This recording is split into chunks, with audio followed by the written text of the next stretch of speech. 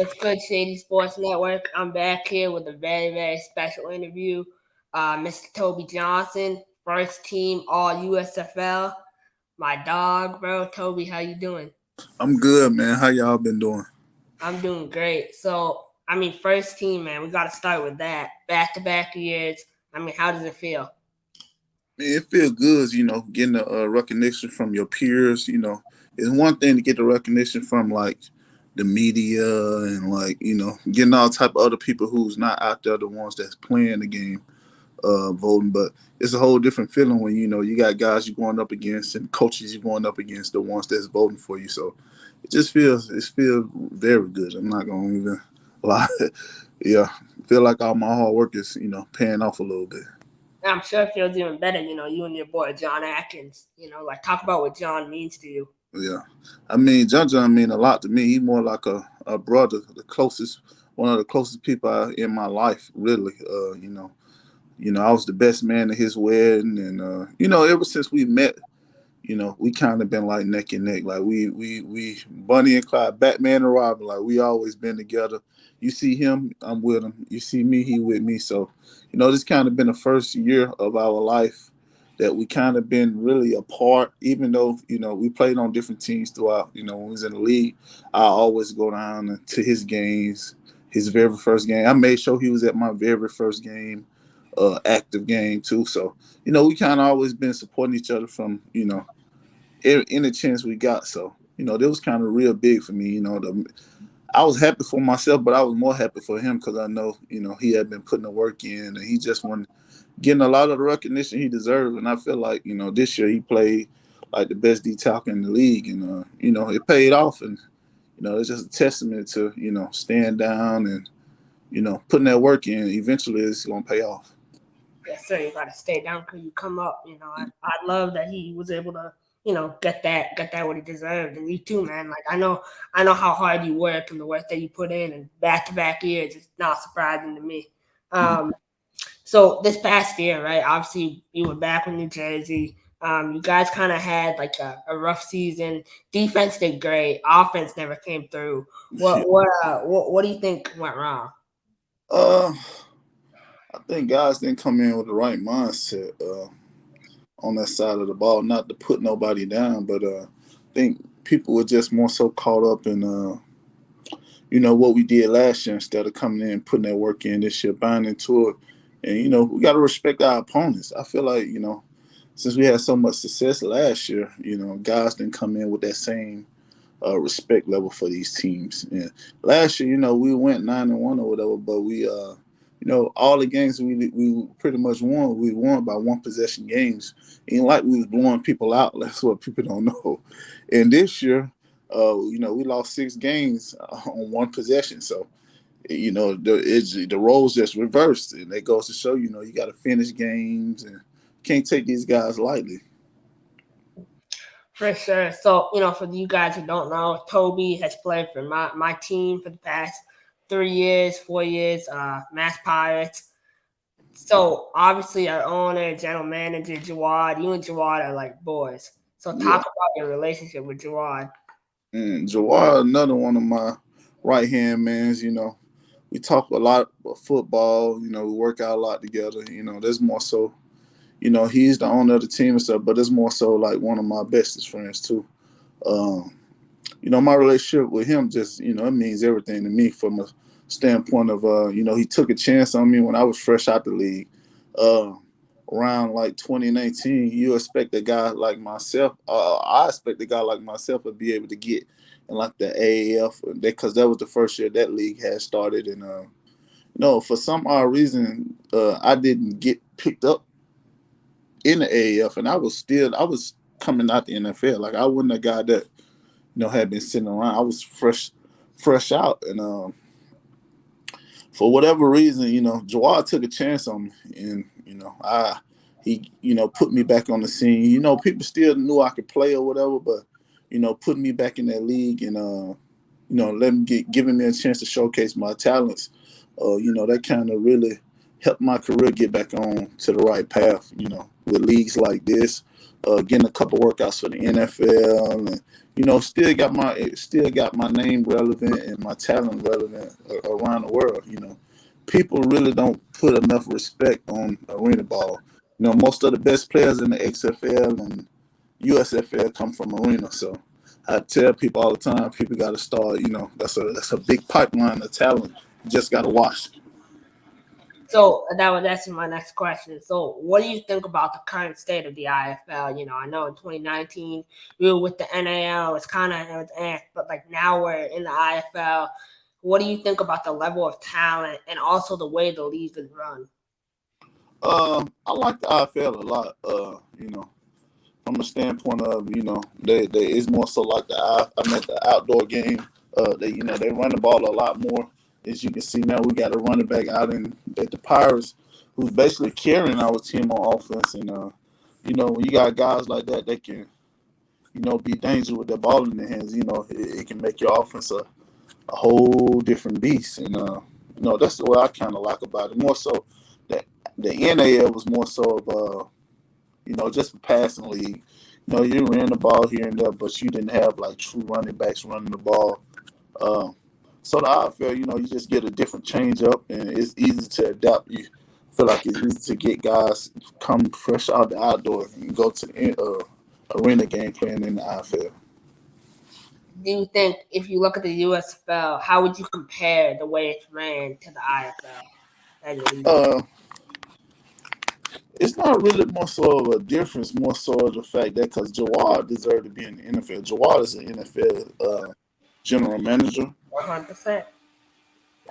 But the difference is I feel like it's more turnover in the IFL than USFL. In the USFL, you only have a certain amount of transactions you can make in a year, and that can shake a team up for the standpoint of you get 10 transactions to make all year. You done use 9 of them, but you got a guy, one of your best players have went down, and you need to replace him with another guy that can come in and make plays. And they just got these rules where in the USFL where you can't do that, and I feel like that's a tough rule. That's one of the worst rules they got in this league. More so in the IFL, you can make a change whenever. They don't put restrictions on making changes and stuff. So that's one thing I do give credit to the IFL about. You can make changes whenever.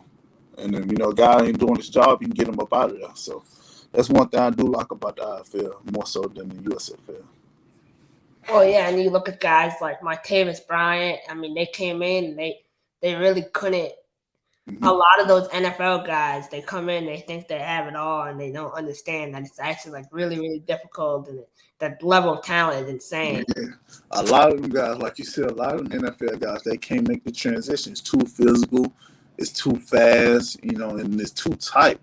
Outdoor game, you can kind of like get angles on guys, stem them up, do a lot of different certain things, but in the arena, it's more so man on man, 1-on-1, who can beat who. Ain't too much is on. So you get a lot of guys really get exposed. You got to have a really good talent level to be good in an arena ball. We talk about it all the time that a lot of guys get saved throughout schemes.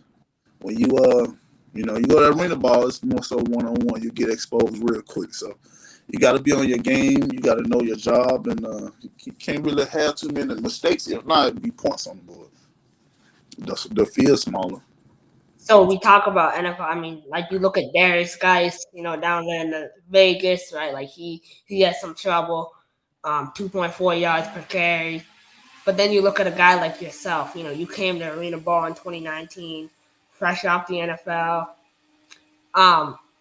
How do you manage? Like, how do you work so hard? Because I notice, your work ethic is kind of unmatched. You're in the gym at 1 a.m., 3 a.m. on Saturday nights after going out. How do you manage to keep that level of intensity? Because I always know, I'm an older guy now. I'm not a younger guy. So I always know, these younger guys, they watching me, even though they know, I'm better, but a lot of these younger guys, they even come up to tell me throughout the league, every league I be in, like, man, I look up to you. I'm coming. I'm coming. They put that in me I get reminded every day, like, man, you good, but hey, I ain't too far from you. So that stays in the back of my mind.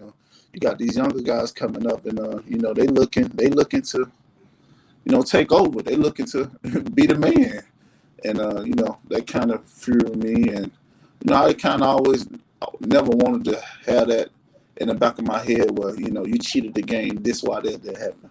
I always want to be as strong as I can be, as good as in shape I can be, even though it may not look like it. You hear guys make jokes all the time. Oh, Toby big, this, Toby that.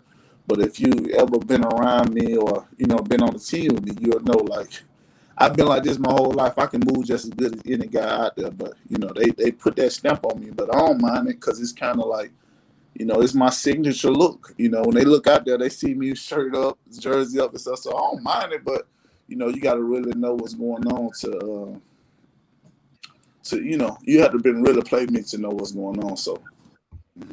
Oh yeah, man. I mean, this guy, he goes hard in practice. He goes hard everywhere, anytime, man. You could tell him to come out 3 a.m., bro. You would go hard at everyone. So I think that speaks a lot about you and how you were raised. So obviously, this is kind of your year, right, to make it to the NFL. Obviously, I still think you have like 2 or 3 years left, to make it to the NFL. What do you think? Now, what are you like hearing from teams? I know you were in conversation with the Detroit Lions last year. What are you thinking? Well, right now, I'm just taking it one day at a time. Actually, putting some film together here right now, so my agent could ship off. I haven't been too much of nothing crazy right now because we fresh out the season. I'm literally like a couple of days off. But my agent saying, I got a shot and just got to focus on my weight and get healthy and stuff because I kind of got banged up a lot this year, being the fact that I played the zero a lot in the 3-4 defense. So kind of just relaxing my body, staying off my feet a lot more, and just trying to heal my body up and get ready to jump back in the swings of things whenever my name is called. So, kind of taking it back to your college career here briefly. You spent, I believe, 1 or 2 years at a junior college in Hutch Valley, I believe. Yeah, no, Hudson Community College out in Kansas. Okay, yeah. Yeah, I spent 2 years out there. How you went back this past year and visited? How do you think the college has improved? It improved a lot, they just built a new locker room around there. It looked like a D1 state of art like facility right now. We always kind of had like the uniforms and like the different combination of uniform. I think like 6 different uniforms, but like it can go up to like 12 or 30. It was something crazy. They just built an add-on to the new basketball arena they added. It's super big. They just built a new one. They got a new scoreboard up there, so it looked a lot different from when I was there. But they've been winning. They've been the number one team over the last 2 or 3 years. They won championship 2 years ago. Played in the championship last year, but came out and lost that game. But they putting back into it, and you got getting a lot of guys coming from Hutch that's producing in the NFL and doing real good for themselves. So after Hutch, you went to Georgia. I know you're a big Georgia guy. You know how I feel about Georgia, but Yeah. you guys obviously won back-to-back national championships.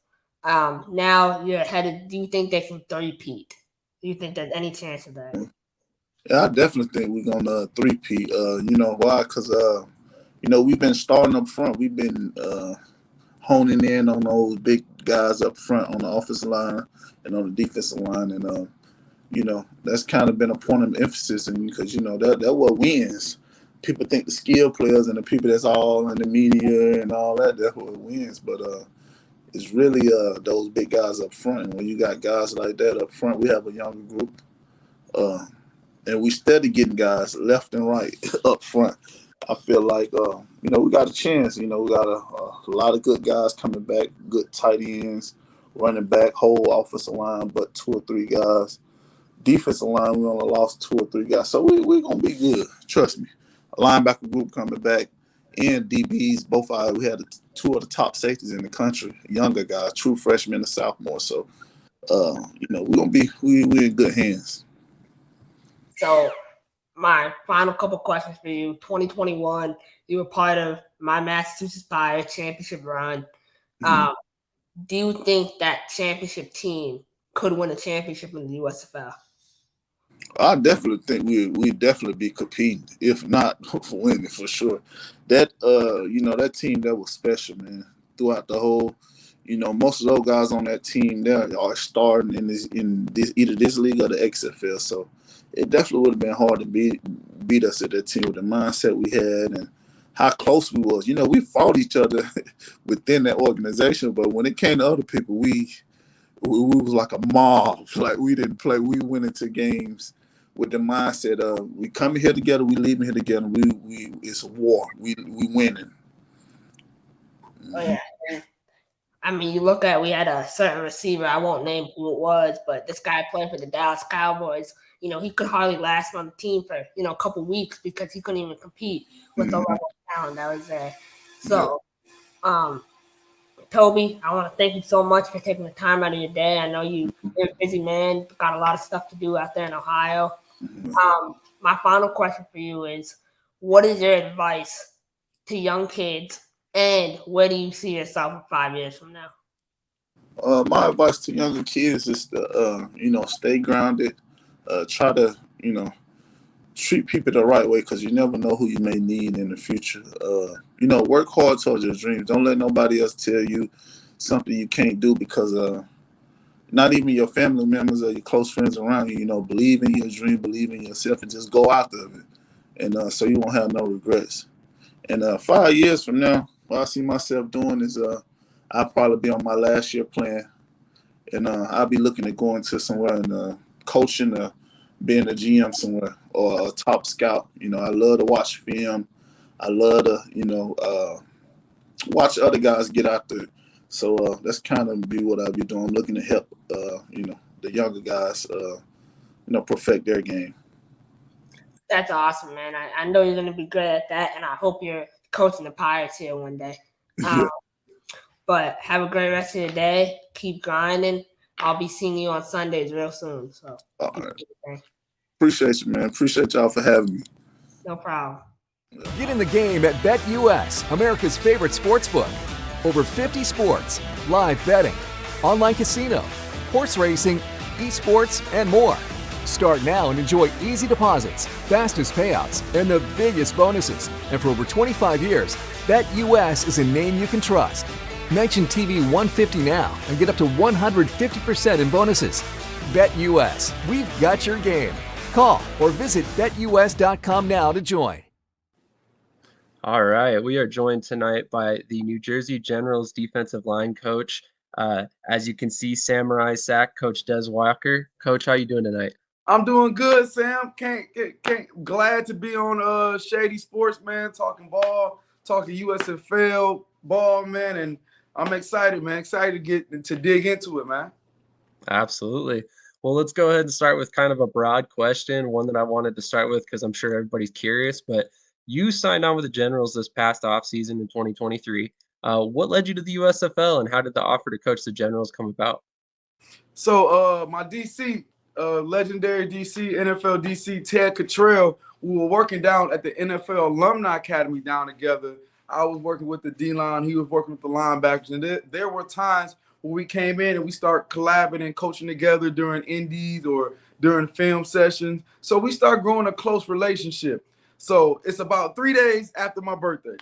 Me, I'm sometimes I call Ted just to talk or whatnot. Ted like, hey man, I just got this, the DC job for the Generals. And I was like, oh, that's cool. He's like, yeah, I need a D-line coach, so I thought about you. I was like, all right, Ted, tell me what you need me to do for the interview. He was like, shit, I know you. I don't need no interview. You trying to come? I was like, you know what, man? Ted, I'm there, man. You didn't say no more.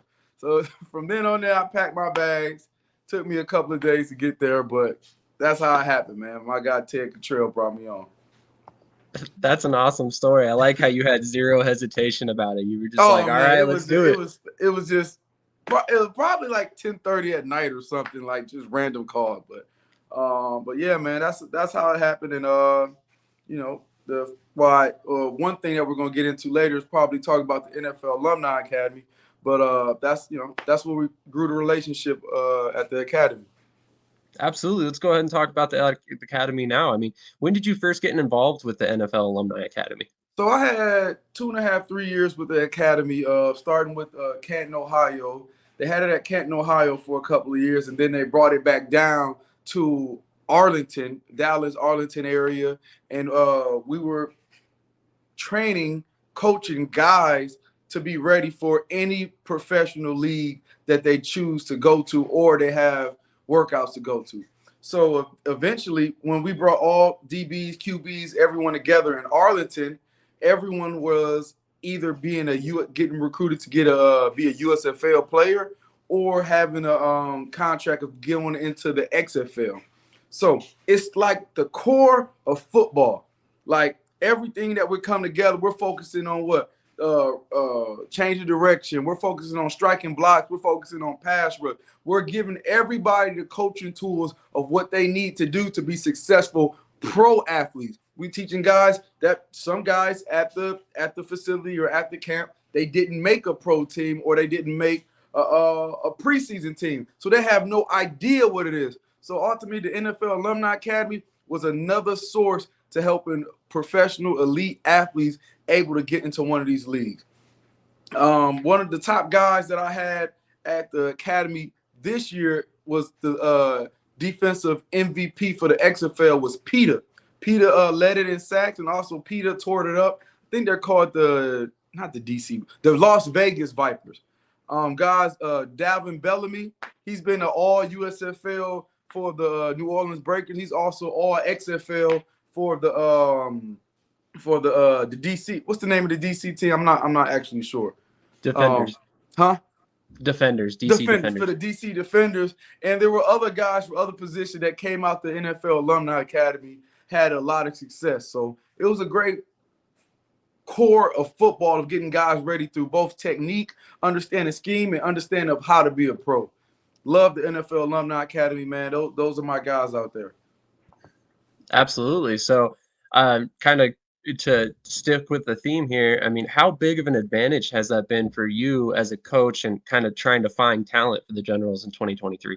Oh, absolutely. It's a huge advantage. First of all, the guys that had the NFL talent and what they were with the 55th man on the roster, so they didn't make it. But you knew some of them guys that we brought in for the NFL Alumni Academy. We knew the little thing that they needed to go to hit the next level and what they needed to do in these leagues to ultimately show the NFL scouts, whether it's them understanding their angles, their approach, having a better get off, how to use their hands. Just very different things that these guys had to learn from a pro level to give them that extra edge. And as well as at the NFL Alumni Academy, man, we were all worked together because we all had the common goal of what? Seeing the bigger picture and everything. And the bigger picture was what? Helped them guys get into pro leagues and not as well as get into pro leagues, thrive in them leagues. Because remember, these guys are hungry. I ain't go. That's one thing I'm gonna get into the USFL. There's a lot of hungry guys. Now, some guys in the NFL, they get paid, and we like, oh,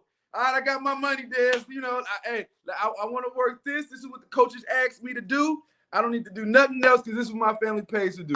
And there's nothing wrong with that at all. But when you work with these type of guys, these USFL, XFL, Pro League, Spring League guys, that it's a hunger to get what they really want. And man, it was had huge advantage because now, not just for the Generals, there's guys that I'm looking at on teams that are leading in sacks that I work with for the other teams. Like one guy like Henry St. Amour was third, or I believe tied for third in sacks. I've been working with him since his Georgia Tech days. Not only at the NFL Academy, but me being a pass rush specialist, helping him years and years on out. And he has a Saints workout coming up. So I understand some guys like Big John. Big John came from the NFL Alumni Academy when we were out in Canton. Me and Big John, we real cool, everything. But I know what John pass rush tree look like. I know what his counter is going to be. I know what his primary is going to be. I know how these guys work together. And then, there's other guys in the league as well. DeAndre Tillman from the Birmingham staff. I gotta get my names right. I'm all over the place with it, Sam. I gotta get my names right. From the Birmingham Stallions, right? Does a great job using some of his moves. But what? I took time to work with him when I'm a pass rush specialist, when I'm working with guys in my private sector. So it gives me a huge advantage of not only being able to help bring guys or refer guys in, but just able to give them references to other coaches. Because at the end of the day, all these guys from these different teams got the same goal, trying to get to where they need to get to. 100%. I'm really glad that you touched on the fact that these guys are super hungry. I think I'm quickly becoming more of a fan of these alternative football leagues. And I know that's kind of like a nasty term to give them, but these non-NFL professional leagues, to be clear, because of that, because it seems like the guys are so much more hungry. They'll go work a job in the off season, and as soon as they get back to football, they want it so much that there's just a next level of desire. And no knock on NFL players, obviously. They work their entire lives to get where they're at. But I've come to respect the USFL players quite a bit because of the way they have to come up in this direction. Absolutely, absolutely. So you're regarded, as you've said, as a pass rush specialist, and you've worked with countless players, as we just kind of went through. So, I mean, you've touched on several players already, but who were like some of the best pass rush technicians you've ever coached? Man, I love some people that know me. I love some Justin Houston, man. Justin Houston is a guy that, man, he knows what moves on what side of the field, whether he's on the boundary, whether he's on the field, whether if they bump him inside, what moves he likes to do. I love talking and working with Justin Houston, man. He's a great technician, and he takes every angle, every detail of his rush very seriously, whether it's his primary moves, his counter moves, how he's going to look at the top of the rush, what he's trying to sell, what he's trying to put on film this week so he can do something different the following week. So a guy, for example, if he's worked a lot of power for the last 3 games, well, now he's going to what? He's going to add more movement for the next 3 games, because sometimes he might have offensive linemen practice something that he's going to bring out, and he ends up doing something different. Love some Justin Houston. Cam Hayward, worked with Cam Hayward for years. A great technician. He changed the fact of what he was as a run stopper coming out of Ohio State. Now he's what? He's over a 3-time, 4-time double-digit sacker adding these moves into the NFL. Grady Jarrett, same story. Got picked up at the what, between 5th or 6th round or whatnot. Goes to the Super Bowl, ends up breaking the record of having the most sacks in the Super Bowl game. And now what? He has to be accounted for in the 3rd down situation on the interior. Working with guys such as Vita Vea. Vita Vea is shoot, man. This man can move, man. Big guy that can move. Great with his hands. Use a great job using his power as both a primary and a counter. Guys like Bud Dupree. Bud Dupree came from what? The Steelers, had his double-digit years, his time during there. Got banged up a little bit, but same deal. Came out of college, was known as a super athletic freak, and what? Year after year, he got better and better. Max Crosby, Mad Dog Max. Max had that dog in him from day one, was hungry, was a technician, and he understood his way to the path to get to where he's at now. Was rushing the passer, man. Was rushing the passer through his techniques, whether he's spinning, using the side scissors, his alignment, he's setting up his games. Man, he's a huge technician of what he wants to do. Being one of the pass rush coaches at the Von Miller Pass Rush Summit, guys were talking and coaching with guys with like Jeff Simmons, with Chandler Jones, with Calais will be there spitting his knowledge. And we all come together. It's about linking and learning. And we come together and we help each other become great pass rushers, as well as helping the next generation of pass rush coaches teach their players. It's all about linking and learning, man. Was blessed, worked under Chuck Smith for the last 6.5, 7 years, helping other great pass rushers get to where they needed to be. And but yeah, man, there's a lot of technicians. And one thing I'll tell you guys, and I know y'all gonna give me on the road. If we talk pass rush, we're going to go all day. I don't know how long you got, Sam, but we can go all day if we talk pass rush. So let me know if you need to stop me in terms of these. But the great pass rushers ultimately tell guys that the Generals D-line know that I tell them is about being smart pass rushers. It's a lot of great guys I work with, just, some of them guys off the top of the head. Absolutely. I mean, it sounds like you could go all day just from the guys that you listed off the top of your head, which I mean, it's impressive. It's impressive to hear all these names, and you're talking about guys who have, had 10, 15, 20 sacks in the league at times, and it's impressive. Speaking of 20 sacks, you oversaw a unit that tied for first place with 28 sacks this season and 42 quarterback hits, which was second in the league. That was after being not a very good unit in 2022. So obviously, the Generals didn't have a whole lot of turnover except at the coaching ranks. So, what led to you guys having such a huge improvement in 2023? The first thing I told the Generals D-line going into this year, I told them I had to tell them where they were at in terms of how they were as pass rushers going into the season, with how they were in the following season. So I told them some of the things that they did wrong in the following season and a lot of things that they needed to add into this season. First thing I told them, as a unit, y'all want to get more sacks, we got to rush together. It can't be one person working to move, another person not working to move, one person trying to play spot. No, everything got to work together like we're a cage, man. We're trying to get after that QB. We had to change the mentality. Second thing I had to tell, after telling them rushing together, we had to go attack. Attack. No more reaction, no more reading or whatnot. We're going to attack because we're going to force the offensive lineman to react.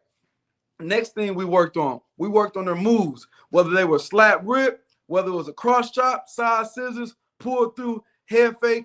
When I close my eyes, I should know every single move that my D lineman should do. I should know their primary move. And I told them, if I don't know your primary move, then you can't rush for me. That's the very first thing you want to do. The next thing, as I talk to them, is they had to understand you're not going to win every single time. You're not going to win every single time, but it's not how you win. It's about sometimes understanding how you lose. At the end of the day, I don't want to get in too much detail with, you can hit me up or whatnot as my philosophies and whatnot. At the end of the day, I taught my D linemen to limit the amount of times of how they can block themselves throughout a game. Whether it can be their angles, whether it's finishing with a rip, whether it's understanding setting up your moves, whether it's understanding the things that you sold previous games, what you can do now, whether if you're lining up on the boundary, whether if you can win inside quicker in a certain amount. Also teaching them guys that, hey, pass rush has no position. You can be inside, you can be outside. Ultimately, man, into the season, I taught these guys how to be smarter pass rushers. It sounds like the mental side of the game was your focus, and it sounds like, it doesn't sound like, it looked like it made a dramatic improvement, which I was kind of surprised by, because honestly, in my mind, in 2022, they were kind of underperforming, and I don't mean to say that about any of those guys because they're all tremendous players, but you see what they can really do in 2023, and I'm excited for all of them to be able to get to kind of showcase what they're capable of. So many guys on that line that really deserve a look at the next level as well. So we spoke about it before. Ted Cottrell is kind of the whole reason you ended up in the USFL. In my mind, he's one of the best defensive coaches ever to coach the game. What have you learned from Coach Cottrell, and how's it been kind of working with him over the past couple of years? Man, Ted Cottrell has knowledge for days, man. I am so blessed to be working beside Ted Cottrell and honored to work beside Ted Cottrell. Some people don't know. So, Ted knows if you want to get me riled up, we talking about rush. We're talking about getting to the quarterback, man. We're talking about getting vertical. We're talking about attacking. So Ted, he dials his phone. Bruce Smith, what's going on, man? Hey, man, we got our first home game, man. What you got going on? You going on? Oh, coach, I'll be there right there. Man, this dude Ted brought his prodigy, golden child, Bruce Smith, to the game, and that was a huge, thing for me, being able to talk to the, considerably the greatest pass rusher of all time, the sack leader, and him and Ted talking about the old times of how Ted used to set up Bruce Smith in certain schemes, and how Ted used to talk about how he can line up Bruce Smith from the 3 all the way out to the 6, sometimes in the wide 9, talking about different coverages he would like to call and 5-man pressures he would like to call with Bruce Smith. And just bringing the game all together from the back end and the front end of how they work together along with the rush, and hearing it firsthand of how a hall I don't know if you want to call him a hall of what they say now, a Mount Rushmore, the Mount Rushmore guy to the table and talking about the good times. Man, those are things that I love the most, and I appreciate Ted Cottrell bringing him down, man, and being able to talk to one of his greatest players of of how they work together to get to a common goal to ultimately help him be the best pass rusher of all time. But Ted is on us. Ted is on us, man. He is on us in terms of having our guys ready and promoting of knowing the guys of who you're working with. Like I was telling you earlier, pass rush has no position. If you know your guy is great at doing X, Y, and Z, whether it's the side scissors, head fake or not, keep promoting that. Keep building off of that. We're not trying to build robots because it's not the same no more. Everybody can't do it. Everybody don't got the same body types. But that take a look back. Hey, look what you got versus of what you've been doing for all your years. And ultimately, that'll keep building up on a defense and it'll create an identity. So thing with my D-line this year that you guys saw, these dudes, they were hunting the identity of what every single week. Oh, snap. O-line, we got to strap it up. Oh, we got to count for him. Oh, snap. We got to count for Toby. We got to count for Colin Hill. We got to count for what? Kenny Randall. We got to count for Sizer. We got to count for Tyshawn. Now it's a whole, now we're rushing together. Now we're what? We're rushing together as well as each individual have a primary move as well as a counter move to go along to what the coverage is. Makes perfect sense. I mean, this entire unit, like I said, it looked so much better all throughout the season. It was impressive. So one thing I'm sure Generals fans everywhere are going to want to know: are you intending to return to the Generals in 2024? At this moment, I'm intending to going back to the Generals. Me and Ted just literally got off the phone 5 minutes ago and talking about guys coming in, talking about making sure keeping the core tight or whatnot. But yeah, man, go Generals.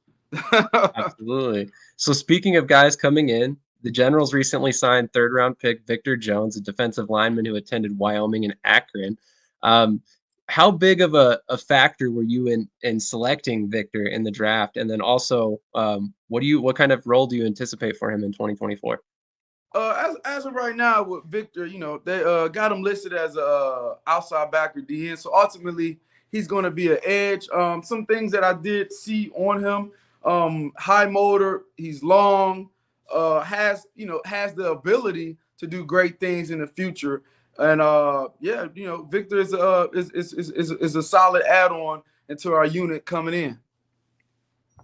I'm actually tremendously excited to see what comes of his career. I think something about this USFL draft that I really liked, and I don't mean to go off on a tangent here, but it gives the guys that were kind of overlooked and I hate to say it, but would always be overlooked by the NFL because of the schools they attended, the opportunity to get to play at the professional level and show what they can do against, NFL caliber talent. Absolutely. And it's huge for a guy like Victor Jones, who he came out of Akron, so the chances of him getting an ultimate opportunity in the NFL are slim to none, but he goes to USFL, all of a sudden those chances immediately grow tremendously. So I think that's awesome, and I personally am very excited for all these rookies that are coming in. The Generals have signed quite a few already. Yeah, absolutely, man.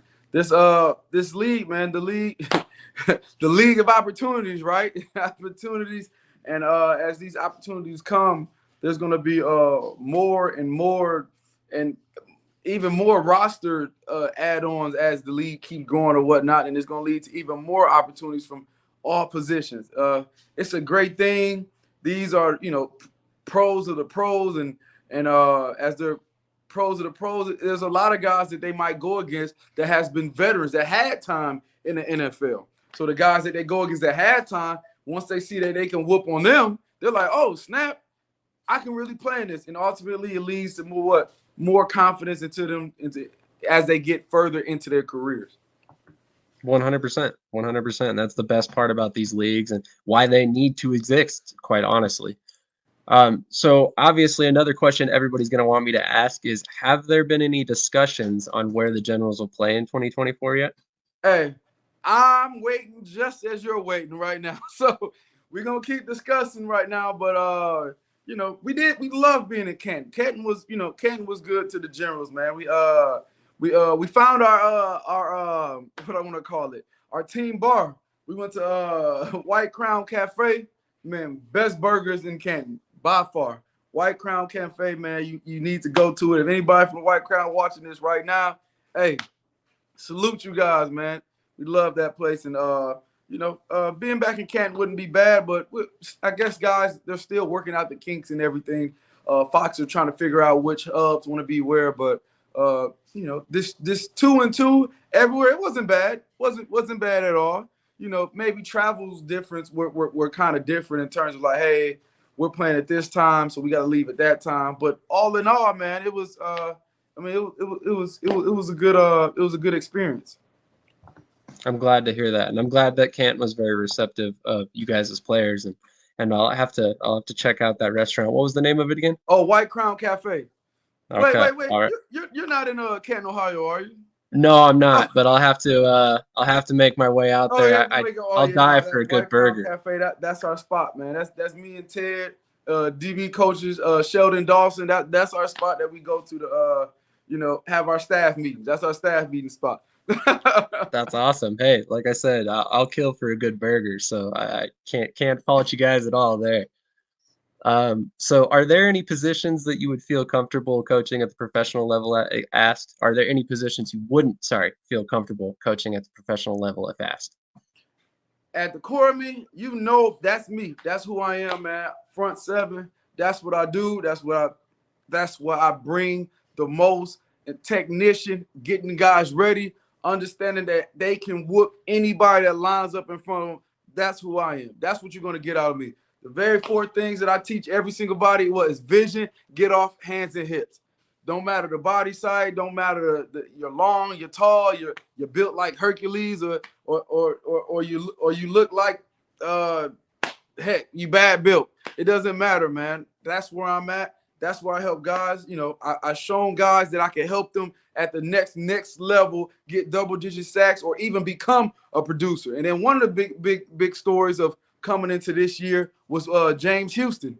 James Houston, when we came in, we worked with him for over 3.5, 4 months. He goes to the Lions and does what? Get 8 sacks and the fastest ever as a rookie, and not really being inserted into the rotation, but midway through the season. So I'm big on that. That's my passion, man. The front line, that's my passion. That's what keeps me going. Helping others develop their lines, helping coaches develop what their philosophies to help them guys to get better, teaching moves, and allowing guys to understand that the quarterback is actually closer than what you think. That makes sense. So obviously you have some extremely talented players and guys like Toby Johnson, Hercules Mataafa, Tyshawn Render, Kenneth Randall. I mean, all these different guys, but none of these players really lit the world on fire. And you've kind of talked about it a little bit before, that you rush as a team. So that Hercules, I think, led the team with 6.5 sacks, if I'm not mistaken. Yet you still ended up almost, leading the league with the sacks. So I was kind of interested in how you ultimately. I mean, I know you talked a little bit about rushing as a team, but how do you ultimately go about coaching that? I mean, when it comes to on-field drills. When you got Toby Johnson, and you can start from there, Toby Johnson is the most dominant defensive lineman in the USFL, hands down, most dominant defensive lineman. And you can add in what I've already been added in terms of the whole unit, dog, that just becomes dangerous, man. Because now Toby, he can go one game and put something on film, and the next game he's coming out with something else. Now you're battling, I'm going to get this one. I'm going to get this Toby. I'm going to get that Toby. Man, Toby is the truth, man. Does a great job for his size with his movement. Toby Johnson, the straight truth. The next one, Tyshawn Render. Man, Tyshawn is a bully. Tyshawn is a technician. And Tyshawn loves to get in the grill of offensive lineman. He's always able to escape because he could come out his hips in one step. Hercules Mataafa has won more rushes than anyone in the USFL this year. He has won more rushes than anyone in the USFL this year. Hercules is the truth on the edge. He's a Tasmanian devil. He doesn't stop. He learns quickly. He understands a lot of the philosophy you need to be as a pass rusher. Hercules, Mataafa, and Toby on one side, man, dog, them guys are they some monsters, all right? They some monsters. So I talk about Hercules, I talk about Toby, I talk about Tyshawn. You got Kenny Randall. Kenny Randall, each one of these guys complement each other, man. Kenny Randall's great with his hands, great with power. Understands of where we have to rush, where your lane needs to be, and when there's times where we got to take chances to get the offensive line, the offense out on third and longs. Kenny has a great understanding. He's a hell of a football player. Now let's talk about Colin Hill. That's the one thing that people throughout the whole USFL has been missing out on. Colin Hill is a great player, man. Great versatility. Sub packages, you saw this man rushing. Base packages, you saw this man dropping. When we went to other packages and you saw him as a true Sam backer, you saw him being able to play in the box. This guy was creating turnovers. This guy was getting sacks. This guy was pressuring the quarterback. There was almost something that like he's a lot of these guys in these leagues, and like you were talking about having opportunities to be a better football player. When some of these guys, they might not be able to come down and see me. But now I'm on a team and like, okay, you went to a small school, but hell, you can do the same thing that I taught other great players. You can do the same outside spin move as Max Crosby. You can do the same head fake as Cam Hayward. Hell, you can do the same inside move or same cross chop as Aaron Donald. But at the same time, you got to have these fine details to tune every athlete. Big thing that I did this year, I took the time literally.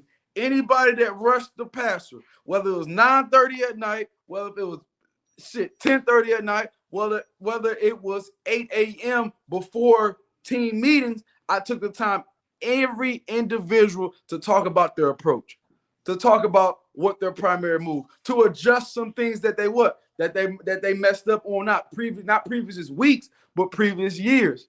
I took the time, whether it's 1-by-1, 2-by-1, or if you saw me pre-game working with individuals, what they need to do going into each game.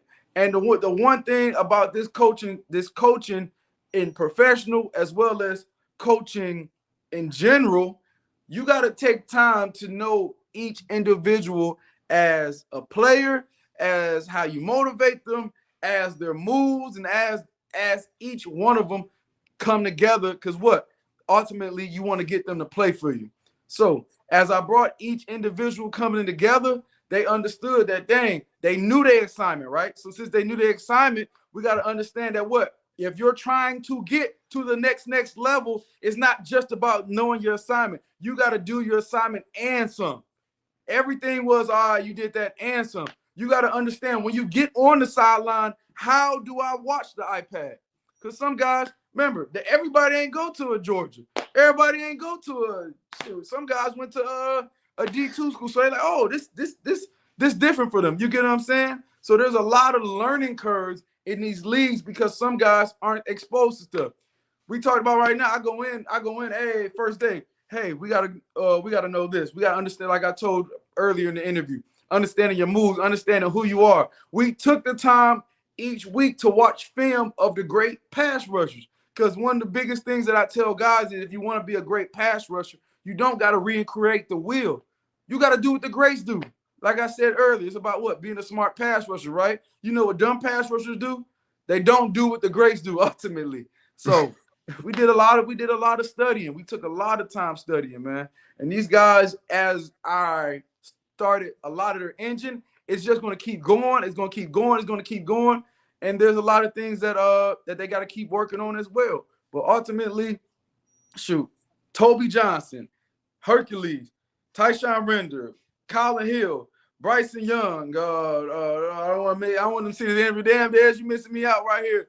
Here, even Chris Orr, middle linebacker, was coming, man. But Chris That's an animal right there. My shout out my guy Chris right here. That man is an animal. He should most definitely be somewhere right now. But man, we work great together, man. And each guy had his strengths, and each guy knows in the offseason what they need to do to keep enhancing and keep building on what they have. So we changed the culture of the D-line. We changed the mentality. We love to study. We love to be the first ones out on practice field to work a lot of our hand drills or whatnot. We love to take time like, hey, Dez, I'm struggling with X, Y, and Z. Can you walk me through it at this time? Because remember, these guys ain't from Canton, Ohio. So you got a lot of in the US, you got a lot of time outside of the training time. But it got to be a mutual agreement upon the player and the coaches to meet up or whatnot. But yeah, man, them guys, they eager because in their careers, not just their pro careers, because some guys already was in the league or whatnot, but as well as in their college career, they thirsted like, man, I wish I would have had you earlier. You know what I mean? Man, but now I'm like, hey, no more wishing. Let's get to work. And ultimately, man, we changed the way we work. We work hard, man. You know, if you come to the Generals D line, we're gonna be working. I'm keeping it 100, and that's what we do, man. We just, we got more things that to keep coming, and we got more things to add in, and I'm excited, especially for the following year. Absolutely. So real quick, talk to me about what the off seasons look like for you. I mean, are you already scouting players for next season? Are you kind of taking a little bit of a break? How does that all work for you? So ultimately, right now, my my off season, man, I'm training NFL guys right now. These guys right now, they're getting ready for camp. A lot of these guys, whether they're coming up on their contract, they're vets or whatnot. Ultimately, they want to keep adding on to their pass rush and adding on to their game. Guys right now with Leonard Floyd, been working a lot of good things with Leonard Floyd, especially he's going from the Rams to the Bills. Him and Vaughn teaming back up again, and they also have a great young core. Man, I'm seeing a big year out of Leonard Floyd. Guys like Keanu Benton, a part of my personal offseason work is also the NFL Combine. Been working with Keanu Benton, a D tackle out of Wisconsin. Now he's currently on the Steelers. I love the way he's coming out, and he's going to look great next to Cam Hayward and Tyson Alua and those Steelers veterans. But my offseason consists of helping NFL guys get to their goal. Remember, I told you, I do this every day, all day. Sometimes I'm thinking about, dang, how can I help Toby get sacks right now? And I'm talking to you. But yeah, I consist of helping NFL guys get double-digit sacks, and that helps them get money to get following contracts. I go down to Tampa, training guys from the Giants, training guys from the Buccaneers, working with a lot of guys right now, but mostly NFL guys right now, helping them get ready for camps. Absolutely. So I got one last question for you, and it's pretty simple one. What's the ultimate goal for your coaching career overall? Overall, man, as God keep blessing me, ultimately I want to help defensive linemen, linebackers, outside linebackers get as much sacks as they can individually. I want to help coach, develop, and teach these guys, because like one thing that you'll see with these athletes, they always say, man, I wish I would have had this. I wish I would have had that back then. I want to be the I wish. And as I keep pouring into my craft, keep pouring into others, keeps teaching and develop others, because that's one thing that's missing in both the NFL, the college, all professionally, is somebody to teach you exactly how to do it, teach you when to do it, teach you how to do it, teach you how to correct yourself when they can't call me at that moment because I'm with the baby. So ultimately, man, I want to keep doing what I'm doing, and production is going to keep speaking as you keep teaching these guys. That's ultimately my goal. Anything else that God takes me, man, I'm just keep following his road. I love that. I love that very much. And I wanted to throw out there that it sounds like you and I hold a philosophy very true to our hearts here. And that would be, if you want to be the best, you got to learn from the best. Absolutely. And I think, honestly, and I'm not just gassing you up or anything like that, but you're one of the best pass rush coaches out there. So, I mean, Absolutely. the Generals defensive line, player-wise, and roster-wise, is very lucky to have you on the roster, as well as Ted Cottrell. I mean, you couldn't ask for two better coaches to learn from. I mean, quite honestly, if you're trying to make the NFL, you've got it set right there. Absolutely. But Coach, thank you so much for your time. I really appreciate it. I know you're a busy guy, constantly coaching, got a baby to worry about. I'm sure your wife as well. So with that, I'm going to go ahead and let you have the rest of your night to yourself. I really appreciate your time, and thank you so much for coming on. Man, no problem. Here's one thing I want to say real quick. All these guys watching on Shady Sports, if you need somebody to come help your son, to come help your child, if you're tired of watching your child being on the bench, if you're a high school guys that are trying to get you off, if you're a college guy trying to get to the next level and improve your pass rush, I'm your guy, man. If you're here to work and if you're here to grind, if you're here to understand how to use your moves or how to dominate the offensive lineman, you need to come to me. I'm your guy. At the end of the day, man, we gotta work, we gotta learn, we gotta compete. Hit me up at Des__55 on IG. Live life every day like it's 3rd and 8. There you go. I love it. Well, thank you again, Coach. I appreciate it. And for anybody watching, once again, make sure you check out Coach Des Walker. Hit him up. I mean, if you're trying to rush the passer, you heard all this list of names that he's worked with. Once again, could you ask for a better coach? I personally don't think so. So thank you again for everybody who watched and tuned in. Thank you, Coach. I really appreciate your time, and we'll catch you in the next episode. Appreciate you, Sam. Absolutely. I'm a game changer.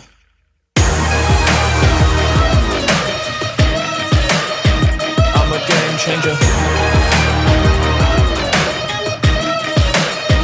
I'm a game changer. I'm a game changer. I'm a game changer.